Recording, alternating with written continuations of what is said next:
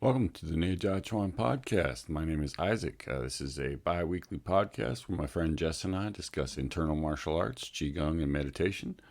This week we continue our discussion about Master Liu Hongzhi. We talk about his Bagua and the influence of the I-ching and meditation on his martial arts, and how to use internal martial arts as a container for spiritual work. Then we move on to discussing the first swing. We talk about the basic instructions for the arms and upper body. Then we talk about moving faster and what that entails.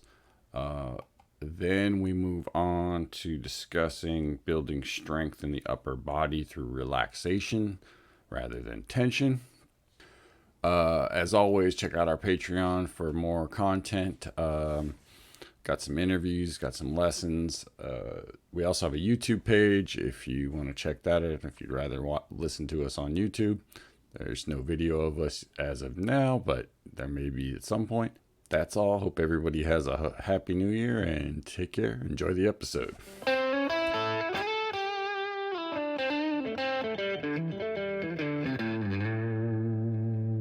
Welcome back to the Neijiaquan podcast with Isaac and Jess.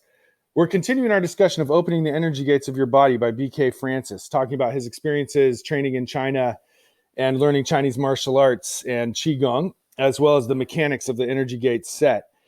And we're going to begin with another look at the author's teacher, Liu Hongzhi of Beijing.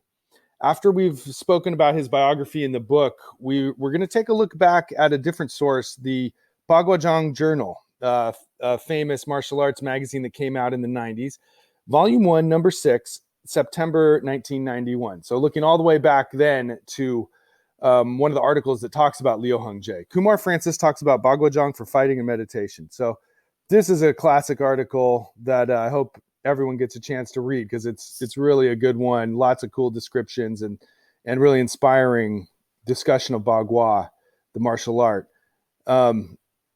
So I'm going to fast forward to a part in the article where he begins to talk about what makes Bagua unique as a martial art and why he was pursuing it. One of the things that makes Bagua very unique is the fact that it starts off from a meditation basis. Fighting is nothing more than manipulating those energies for a purpose. Using Bagua to really develop a person's capacity for meditation, to develop the ability to be simultaneously multidimensional, to be able to simultaneously manipulate things inside your body and inside your mind as you are practicing. These are things the average human being doesn't even know exists. Usually only formal disciples were taught these inner meditational aspects of Bagua. My teacher, Liu Hongzhi, learned it from Ma Shijing, also known as Ma Gui, who learned it from Dong I-ching, the founder of Bagua, and he taught it to me. So this article gives you an insight into Liu Hongzhi's approach towards Bagua, and it's a little unique. As he says here, this is talking about working with energies inside the body and mind in order to take yourself to kind of a whole nother level. He talks about the tradition that it comes from Dong I-ching, the founder, through Ma Shijing to his teacher, Liu Hongzhi. These are intense meditation practices and energy practices that make Liu Hongzhi's style of Bagua somewhat different from most of the others that I've encountered in my studies. And I think what he's saying here is that this style of Bagua puts a lot of emphasis on the meditation basis that Bagua is founded on this circle walking practice from Taoism that Dong I-ching then turned into a martial art that eventually Liu Hongzhi emphasize the meditational elements that go along with the style. And I think that is really an important part of what the system's all about. Liu Hongzhi was very open about really emphasizing the meditation aspects that he had learned from both Taoist and from this Bagua source. And I'm going to continue to quote the article a second more before we get into it. When I was studying in Taiwan and Hong Kong, I was doing all kinds of energy practices, but I never really learned the real meditation aspect of Bagua. And I thought I never would because it was a very hard thing to learn and very few people are teaching it. So he points out that most of his teachers weren't really into that meditation side of Bagua. He wanted to learn it, but it wasn't really until he found this guy Liu Hongzhi in Beijing that really emphasized it, that he added it into his teaching. So when I remember reading this when this first came out in the 90s and thinking, oh my God, that's sweet. Because it's like, it just adds another element to your practice and to your training of Bagua. I had already been learning Bagua, but there wasn't the mini meditation involved. So when I got to train with BK Francis, I enjoyed that meditation training that goes with it. And I think we can see from this article that meditation side is a direct transmission, a direct strain of the teaching of Liu Hongzhi. Yeah, I think it's going back a little bit to, the origins, quote unquote. There's a similar analogy to Xingyi with standing, right? So Xingyi took the standing practices from Taoist Neigong and applied it to martial arts. Bagua took the walking meditation practices of Taoism and applied it to martial arts. So there's this thing that existed beforehand, and then there's taking that thing and applying it to fighting and creating a new thing from that. Which, you can, I'm not even going to get into the argument about, is this stuff useful or should you ignore it and just practice the forms and, chi is bullshit and all that. My attitude is, look, you believe what you believe, and at the end of the day, if it helps you fight better or feel better, great, No doubt. fuck better, but that as long as you're benefiting from the practice, I don't care. I think it's all good. My experience of the quote unquote meditative aspects of doing this stuff is it isn't so much that it's going to make your punch more powerful or you're going to have a better technique, but it's just going to make the whole experience of fighting and martial arts less about your need to dominate and hurt someone and more about your desire to stop people from being violent. That there's a, I don't know, benevolence is the right word, but there's a certain thing that comes from the meditation fighting stuff where it's like you can hurt somebody if you need to, but you're hurting them so that to prevent them from hurting others or you, rather than I just want to feel like I'm more powerful than this other person. And so that mental thing that's going on inside your head is what the meditation's going to deal with, not, the physical fighting ability. I mean, it might, and I do say might because this is one of those things you can't really prove. It might help in terms of your physical reaction time. I guess you probably could study it, but nobody has, as far as I know, that, the faster your punch, the faster you can get in touch with your quote unquote mind and your body, the faster you can move. So when you have the awareness of mind, you aren't distracted by your own thoughts. So when the punch comes at you, you're not playing a movie in your head about what you should be doing. You're just moving. You're just doing the action. Bruce would always say that, we're conditioned to kind of play, images in our head when we see something. And so in fighting, when you start creating images in your head, you're not dealing with what's real. And so meditation is about dealing with what's real.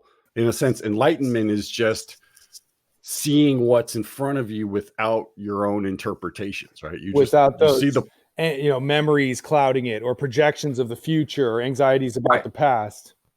Your filters, right? We have all these filters that we put up, to keep ourselves from going insane. And when you're in a martial situation that you have to, or even not just a martial situation, any situation where you have to react quickly, the less time you spend thinking consciously about, oh, I should do this, and the more time you're just in it, the better, right? So For sure. I think that's the key piece. It's not, that you're gonna, like I said, it's not gonna make your, if you want to hit somebody hard, you got to practice hitting things.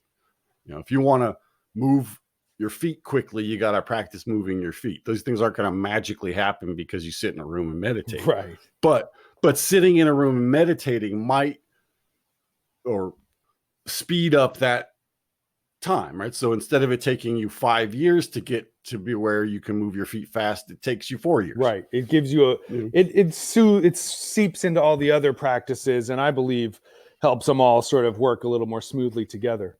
You don't have to meditate and do your Bagua. You can do them at the same time, right? And that just as a time-saving device for the modern age is a really Can't nice beat that. trick. Yeah, exactly. Yeah. So he goes on to talk about Liu Hongzhi's Bagua here a little more, and this gives a more insight into Liu Hongzhi's training. Bagua is completely Taoist. The whole method of Bagua is manifesting the 8 energies of the I-ching inside your body and finding the place which does not change. It is about meditation, but Dong Neijiaquan didn't teach that to everyone because not all his students had the capacity or interest in understanding it.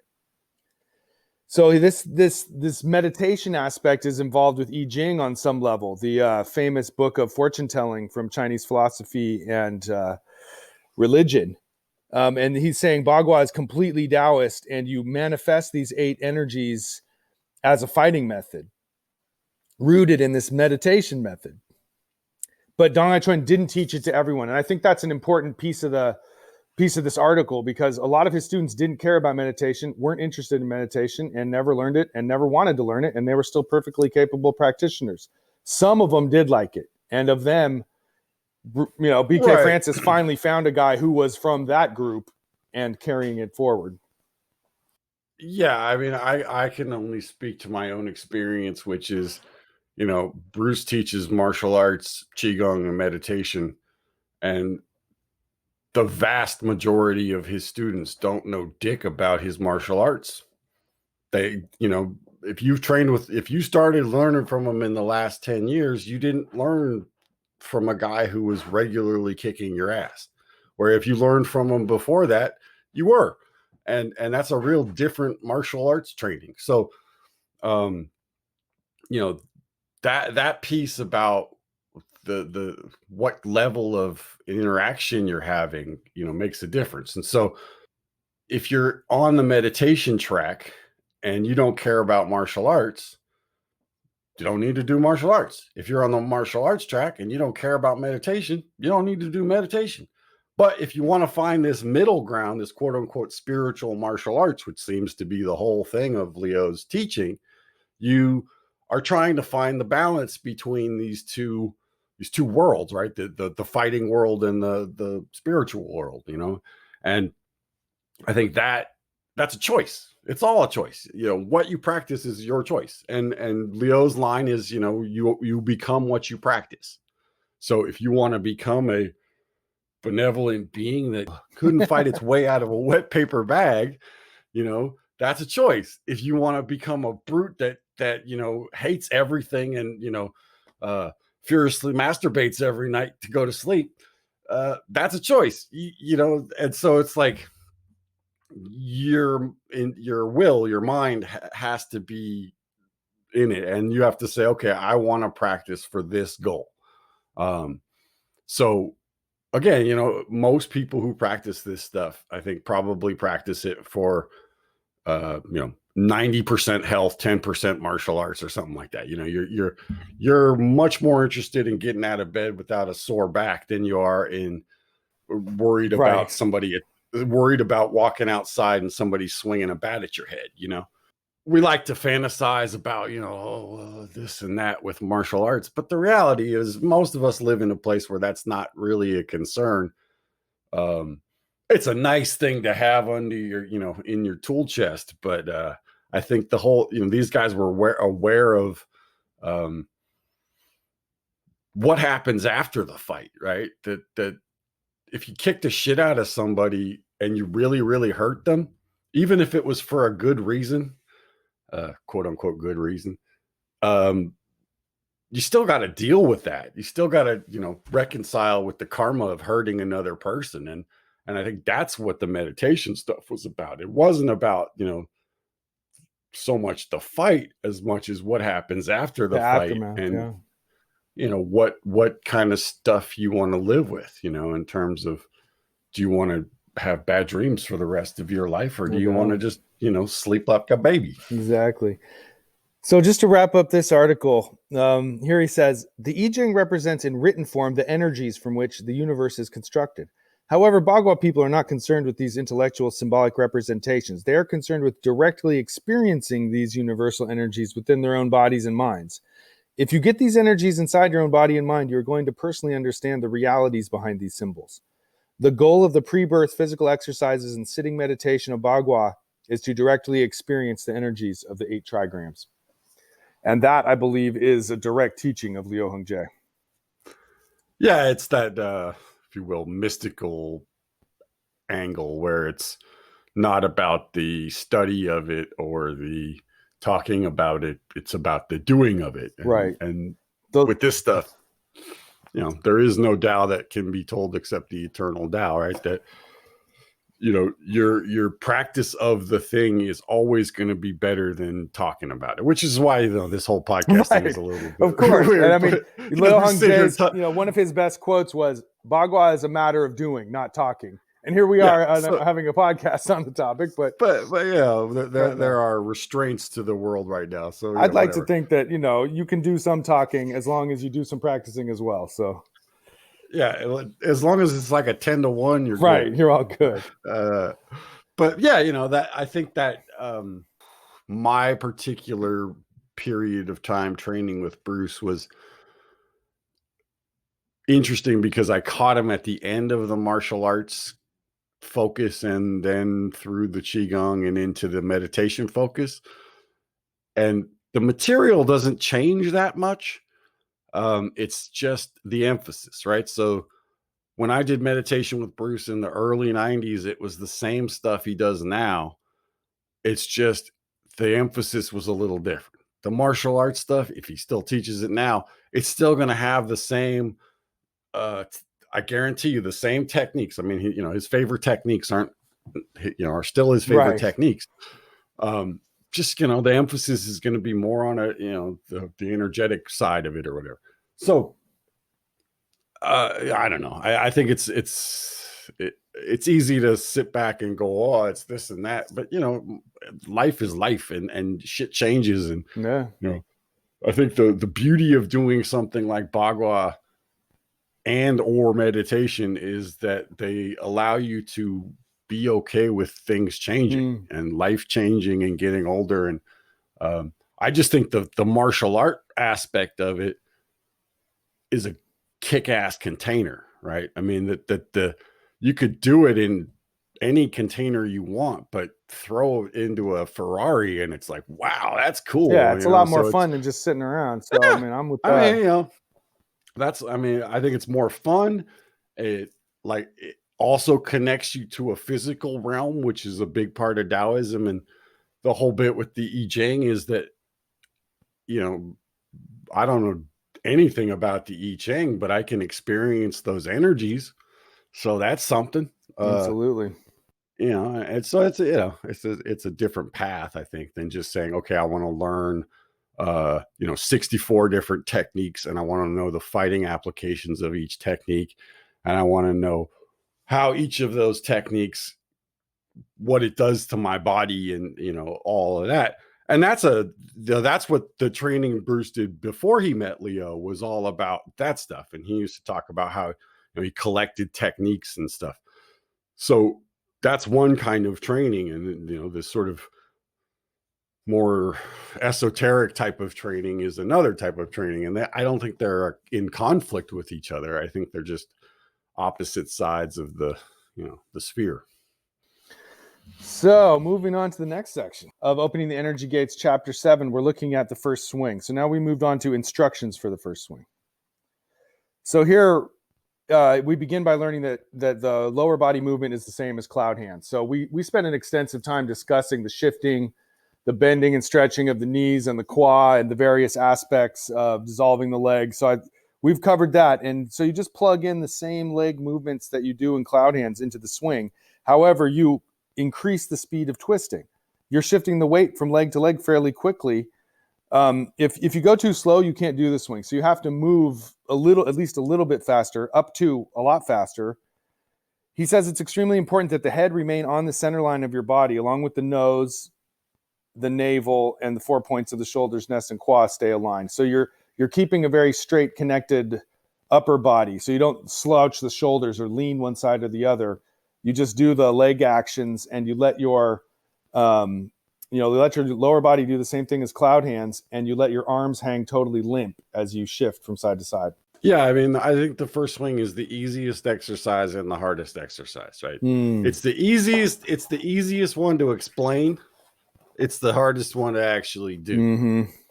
Because this ability to let yourself go and be completely loose in your upper body and yet have this intense control and speed and power in your lower body, it's a lot harder than it sounds, and I think the physical part of it's, it is the same as cloud hands on one level, but your ability to, I don't know, feel through it has to be a lot better. Think of it as you're driving at 50 miles an hour, not 5 miles an hour. And think about what your mind has to do to do that. It's no different, the mechanics of it are no different, but it's very different, right? I mean, so that that's a challenge of the mind more than the body. Absolutely. So the swinging arm is completely limp. He says here they should hang as though they were dead. Use your awareness to make the shoulders, elbows, wrists, palms, and fingers as soft as possible. That's actually a lot harder than it sounds. You want to let those babies just hang from your shoulders. And in the teaching we've done, it's easy to see when someone has tension in their arm. It's really hard to consciously let go of it, and that becomes a skill. Consciously letting go of your arm tension is not something that comes naturally. You've got to train that. You got to practice that. It doesn't just happen. Yeah, it's the same as if you want to build arm strength by like lifting weights. In internal arts, your upper body strength, in a sense, is mostly about just relaxing your limbs.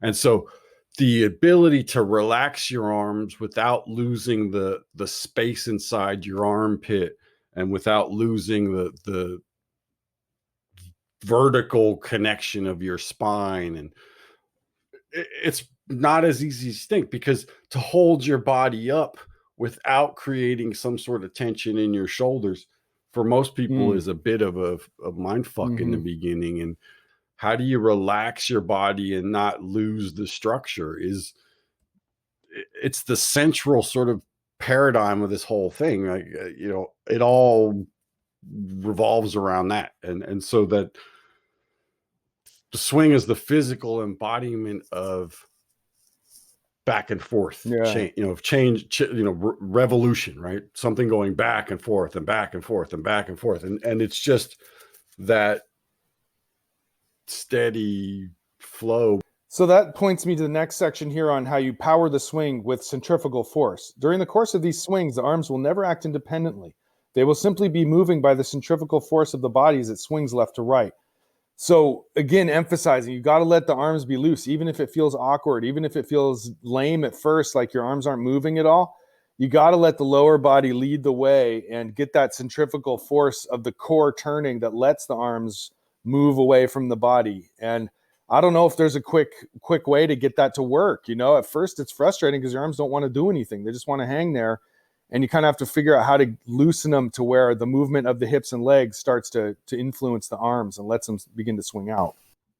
Yeah, there's two extremes, right? Either your arms are dead and they don't do anything because they're not linked to your body, or you're too stiff and you move your arms with your arms, but you don't actually move your body. So what you're trying to do is neither of those. What you want is your arms are completely loose and your body moves, and then over a number of turns, your arms start to swing. The metaphor or image Bruce would always use is a shoe with shoelaces, and you're if you move the shoe flap back and forth, the laces will start to flap, but you're not doing anything with the laces, or it's one of those clacker, drum things with the go back and forth with.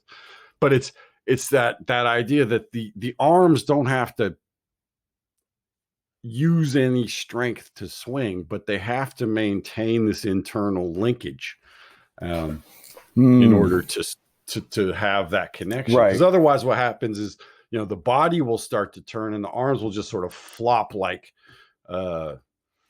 wet noodles, and they're not actually linked to the body, and that isn't it either. There's this sense that things have to be internally connected, so that when you swing, for example, you aren't feeling your shoulder about to rip out of the socket, right? Stuff like that, right? Maybe part of that is when you do the standing, you turn the palms back. That sort of lightly engages the arm rather than completely dead. So it's still soft as can be, but you open it up, the palms back, allow the link through the shoulders to the spine. And so when you start to swing, now you can let the arms be limp, but at the same time linked, like you're saying. It really is a catch-22 in the sense. It's the subtle twisting of soft tissue that actually holds them, quote unquote, in alignment as you move without tension. So the dynamic part of the swings is that there is a very subtle twisting going on in your arms, and that keeps them from disconnecting. So, they're limp in the sense that you're not using any strength in your arms to pick them up, but that doesn't mean they're not doing anything. That just means they're not clenching and using strength. So, it's a bit more than that. Right. You got to find the balance. So moving to the next section, the hands lightly tap the kidneys and abdomen. And that seems to me a pretty important part of the deal. You're using this centrifugal force by twisting the waist side to side. As the bend in the forearms eventually lift up in the air to become parallel to the floor, where the hands lightly tap the abdomen from the front and the kidneys from the back. And you don't do this with any force. But your arms give less and less resistance over time, and they lift up in the air a little bit, and then you tap which is basically the way you showed me, is to pretty much tap your lower dantian and the on the back, the Mingmen opposite the lower dantian with each swing. You lightly tap those two key energy gates. That's one option. That's more specific. In the beginning, you don't try to... I wouldn't say you target anything in particular. You just let your arms hang there and you start to turn, and they'll flap against your hip first. And as you go more, they'll flap against your quad. You get a little higher, and then they'll start to hit your belly. And eventually, if you're going fast enough, they'll go up to, where, like he's saying, that they're parallel to the ground. And that usually is when your hand actually touches the opposite, your right hand touches the left side of your belly, and it's your wrist that's on your dantian. But the specific point is less important than how you're getting there. And it's this emptiness you have to feel in your arms while you move your body. People focus too much on the arms, I think, is the problem. So they want to move their arms to a certain point rather than just wait for their body to get there. And the thing with the swings is, it's like, think about what it takes to go as a child from walking to running. What kind of development the human mind and body have to do, because that's what's happening inside you, is on a different level, but you're going from walking to running. And so the less tension you have, the easier, the easier things begin to move. And this twisting of tissue is first, it's involuntary, that as you turn back and forth, things just kind of twist on their own. Then you begin to feel it and encourage it a little tiny bit, and refine it and mold it and do all these things. So you're building off this organic movement that's coming from just turning back and forth. And it's a very subtle thing to feel this letting go in your arms as you're swinging. Mm-hmm. So that speaks to something in the paragraph here where he says how important it is that the space underneath the armpits stay open and the arms don't touch the ribs. So that's that creating a little space so the arms can wrap away from the body and do a little bit of that twisting that you're talking about, rather than just dead fish that are flapping on the sides of your body. They open slightly by opening the armpits. Exactly. And so, like I said in the last episode, there's a yin and yang kind of thing between the first swing and cloud hands. Mm-hmm. Cloud hands is essentially you're doing a yang thing, you're in control of it, but there's that little bit of yin so that you stay relaxed. Well, the swing is a yin thing. It's soft and gushy, but there's a little bit of that yang in there to keep your body from collapsing or, overly twisting or whatever glitch you might have. So again, it's this that little bit of yin inside the yang and that little bit of yang inside the yin, I think makes a big difference. It just keeps you from overextending, for example. So one last thing I want to touch on here. In time with proficiency, as the arms come inwards, they will bring healthy chi into the body. And as they swing away, they will release stale or useless chi. So there's sort of a vacuum of suctioning in, and then as you twist, your arms fly away, sending chi away, and then as you twist, it comes back in again. So there's a pulse, like breathing in and out, that goes with the swing. Yeah, I mean, one of the first things that people notice when they do the swings is their hands get puffy and sort of warm, tingly or whatever. And this is from blood starting to get out to the fingertips. And that's one of the main benefits of doing this thing with your arms relaxed, is that the more relaxed your arms are, it's like a big tube or a balloon. And as you swing it, the fluids inside your body fill up the tube. It's like swinging a water balloon, right? And so you start getting this circulation. And there's a phrase in Qigong that, where the blood goes, the Qi flows, right? So you could talk about Qi if you want. You could talk about blood if you want.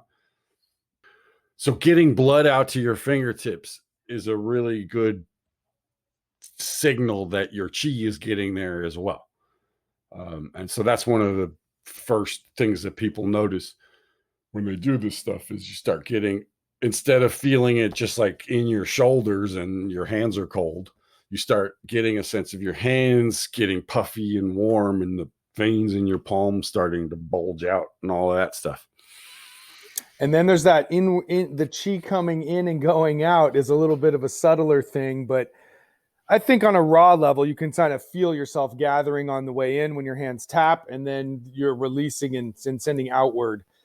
That's what could be more refined from there, I suppose. Sure. I mean, but your blood does that too, right? Your blood goes in, goes out, goes in, goes out. So again, different levels of sensitivity, right? That if you're sensitive enough to feel chi, by all means do that. But if you can't, at least notice if you're getting blood out to your fingertips. And then notice maybe when you come in, there's a little bit less of that blood in your fingertips. And when you swing out, there's a little more. That might give you a sense of it. Or nerve flow is another one. You feel like tingling out in your fingertips. And then it sort of subsides when you come in, and then it tingles a little bit when you go out. And these are just echoes of what's going on inside your body. So I don't think it's important to think about what you want to call it. It's just, can you feel something moving out in, because this exchange between your body and your limbs is essentially the pumping mechanism that keeps everything fluid. So think of animals, right, that use their limbs to pump, like turtles. They pump their limbs, and that keeps their body moving so they can, stay healthy and all this. That's putting pressure on their inner body by moving their limbs. Yeah. So this is essentially that, doing that sort of pump. Babies, in the womb do it, right? They pump, they kind of little shrimpies and they pump. Right. And that brings the That- nutrients in and out from the placenta. Yeah. Yeah, and that's the, I mean, the basic motion of life is a pump, right? Without a pump, stagnation. So you can think of a pond, right? If you have a pond with water in it, if there's nothing coming in and nothing going out, it just sits there. It gets stagnant. You get mosquitoes. It smells nasty, right? So you either need something to mechanically move that water, or you need to put more water in and move some water out. And so you need this flow, this exchange, and that's on a chi level. It's the same thing. The chi inside your body has to mix with the chi above you and below you and around you in order to stay healthy. Mm-hmm. And so this swinging action is doing both of those things at once. Pretty nifty. Yeah. Good conversation, brother. Let's talk again soon. All right, man. All right. Take care. Hey, folks. Isaac again. Just a quick note. We talked a lot about Bagua in this episode. And just to let you know, I am currently teaching some of Lius Bagua in weekly classes on Zoom. So you can contact me if you're interested in doing that. All right, everybody, have a happy, safe New Year and take care.